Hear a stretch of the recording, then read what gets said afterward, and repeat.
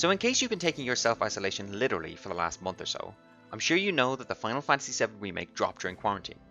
The game is meant to be a reimagining of the original 1997 classic that many kids grew up with, eventually becoming a massive fandom that skyrocketed Square Enix into one of the biggest video game companies to date. But for this video, we'll be taking off the nostalgia glasses and stripping the game down to answer the all-important question. Is the Final Fantasy VII Remake any good? Before we start, however, I want to give a special shout out to the sponsor of this video, me. Because I deserve it after playing the entire game in 1 week. Joking aside, however, this would be completely based on my own opinion and will be treated as if this is a standalone game, because you shouldn't be able to get fame because daddy is rich. Yes, I am looking at you, 13. Furthermore, I will be talking about spoilers in depth near the end of the video. There will be a warning, and this is your pre-warning warning. You have been warned.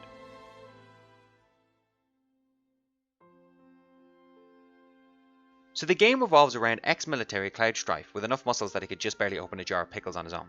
He is hired by terrorist planetarians Barrett and Tifa to help take down the suppressive corporation of Shinra, owned by President Shinra.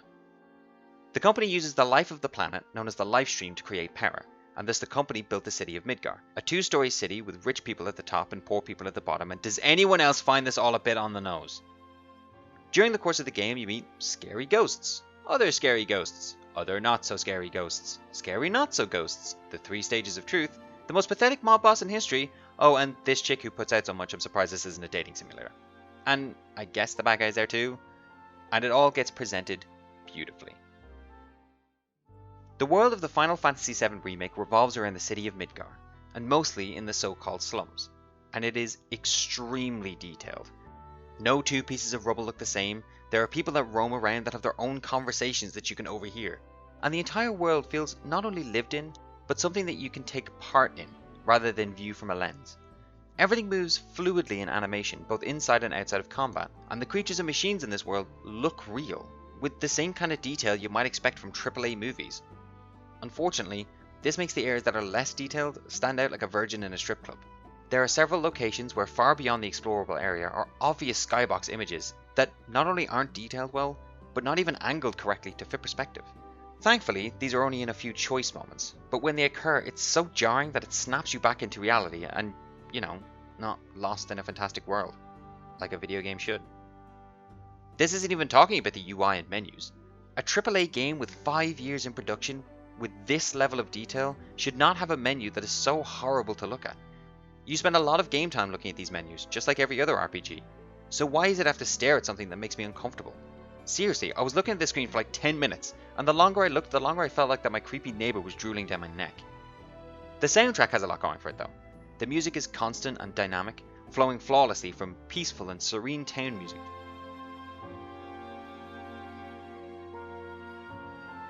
to wondrous exploration music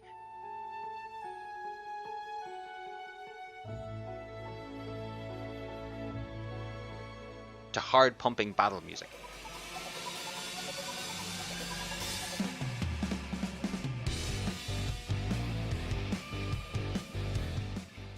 I'll admit, there were times that the music changed with such subtlety that I didn't even notice. If a nitpick were to be had, it would simply be that different tracks can seem samey and becomes more white noise than adding to the gameplay. What's that? A segue into gameplay? Don't mind if I do! So the entirety of Final Fantasy VII Remake's gameplay can be split into 4 types: combat, exploration, advancement, and plot progression. You will spend the least amount of time in advancement, so it's a good place to start. As you explore Midgar, you will uncover materia, essentially abilities that you can equip. Through gameplay, you can level up both these and your characters. Aside from the standard stat boost you get for leveling up, you gain points to spend on that character's weapons, whether it be damage, materia slots, or special passive bonuses. Because each character has several weapons, and they all gain points and bonuses separately, you end up frequently customizing and changing equipment.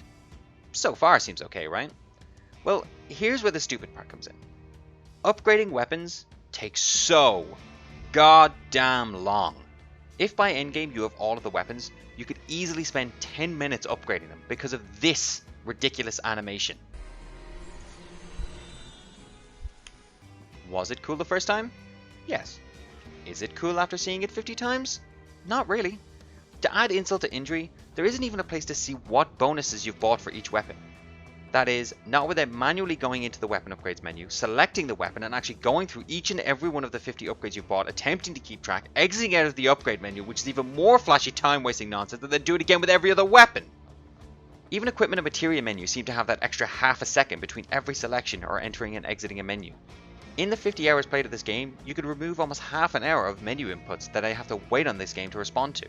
I want to spend my time playing the game, not getting frustrated because I accidentally clicked the wrong thing in a menu because it wasn't finished registering the previous input, so now I have to back out of that and waste more time.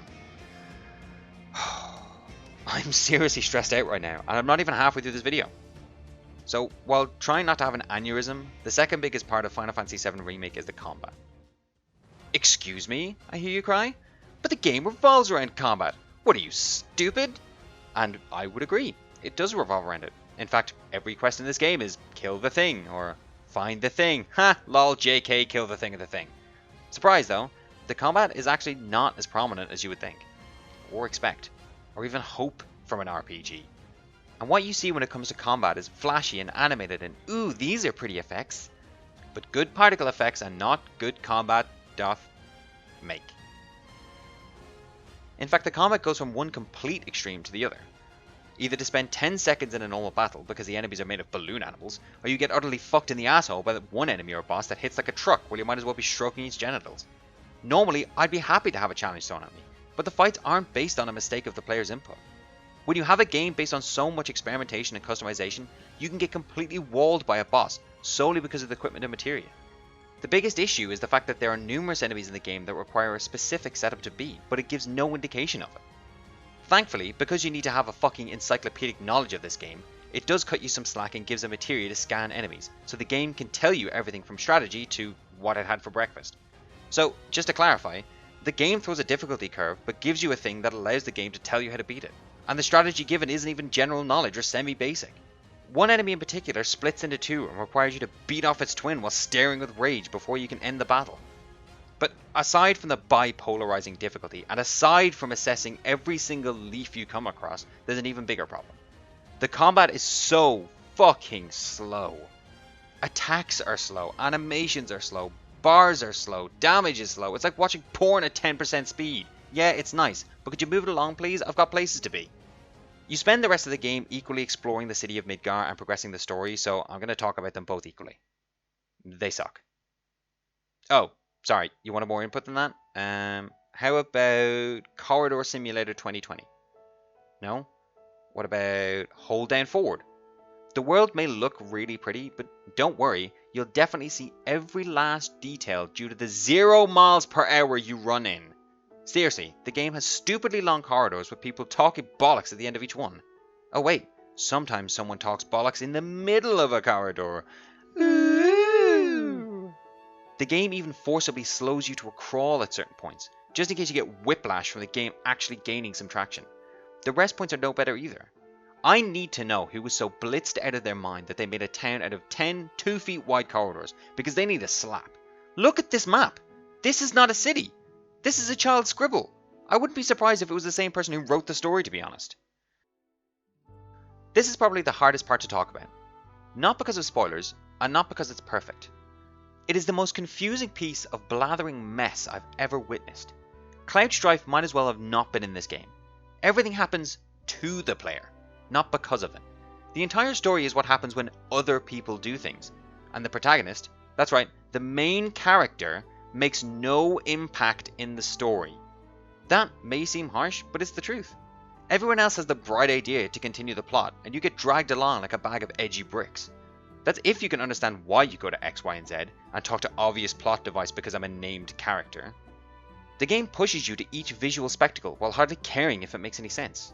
And you have to look no further than the final few hours of the game. Spoilers ahead!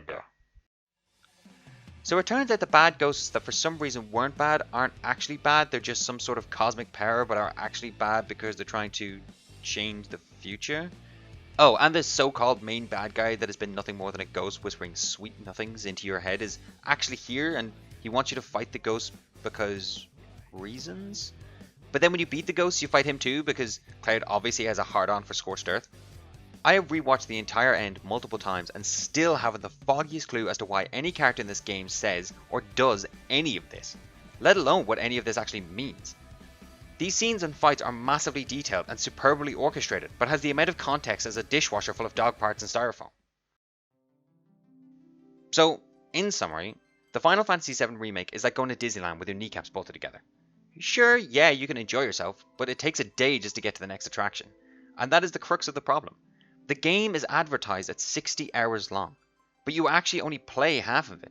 You're either waiting to finish talking, waiting to be told where to go, waiting for menus, waiting for animations, waiting for corridors to end, and if, like me, waiting for Square Enix to apologize for this game. Or the sweet embrace of death. Whichever comes first.